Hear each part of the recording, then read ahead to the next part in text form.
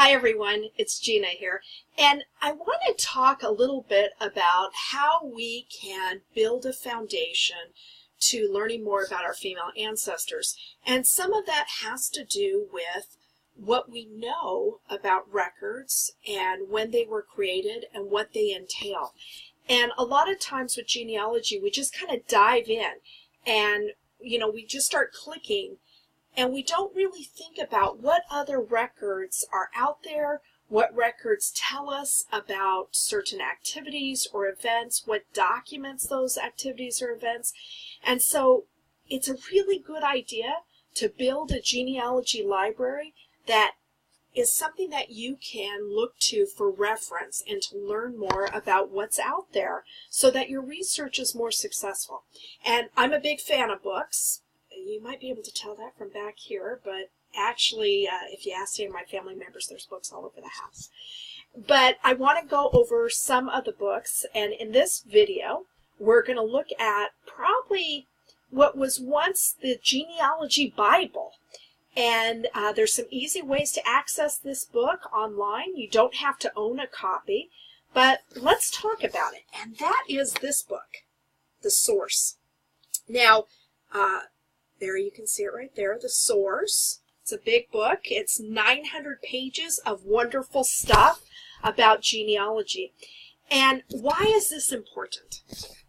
Well, this 900 plus pages of book tell you about certain types of records, like church records, which quite frankly can encompass a lot of different things.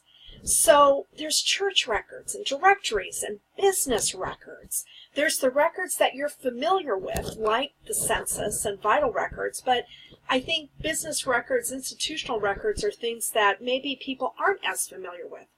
Now, you may be saying, well, Gina, I haven't heard of this book, or it's old. So my version, the third edition, came out in 2006. And you may think, that's eons ago, right? Especially when we consider the internet. And you're absolutely right. It is old compared to the internet. But when we're looking at methodology, those types of things, that the steps that you take, what records record, that doesn't change.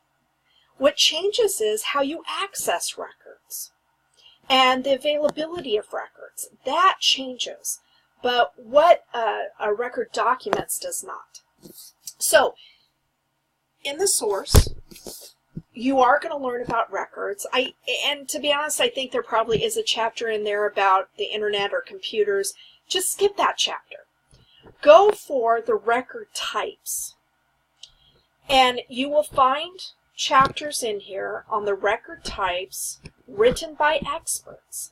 And they take one type of record and they just break it down and talk about what it entails and show you various examples and what you should know. Now, where do you find this, The Source? And obviously, if you look in any kind of online used bookseller like even eBay, or Amazon, you're going to find it. You're probably going to find a copy.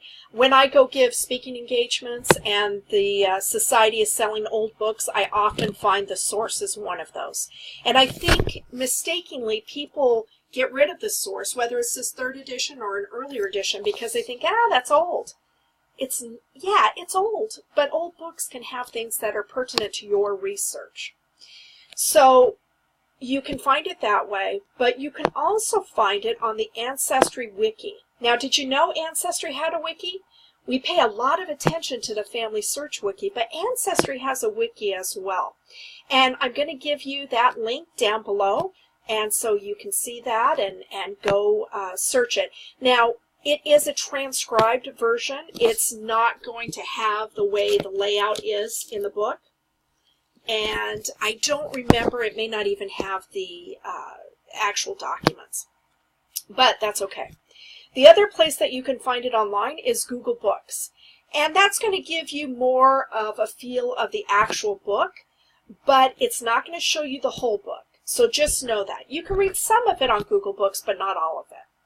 Now, it's a little cumbersome, right? It's a huge book. And this is kind of hard to just sit there and read. But you know what I would tell you? You need to do that. You need to read it. You need to get your highlighters and your pens and mark that thing up.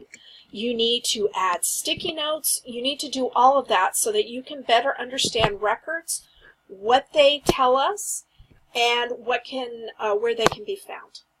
All right? So, as we look for our female ancestors, we need to be familiar with the source and not only use it as a reference tool, but also use it as something that we've read.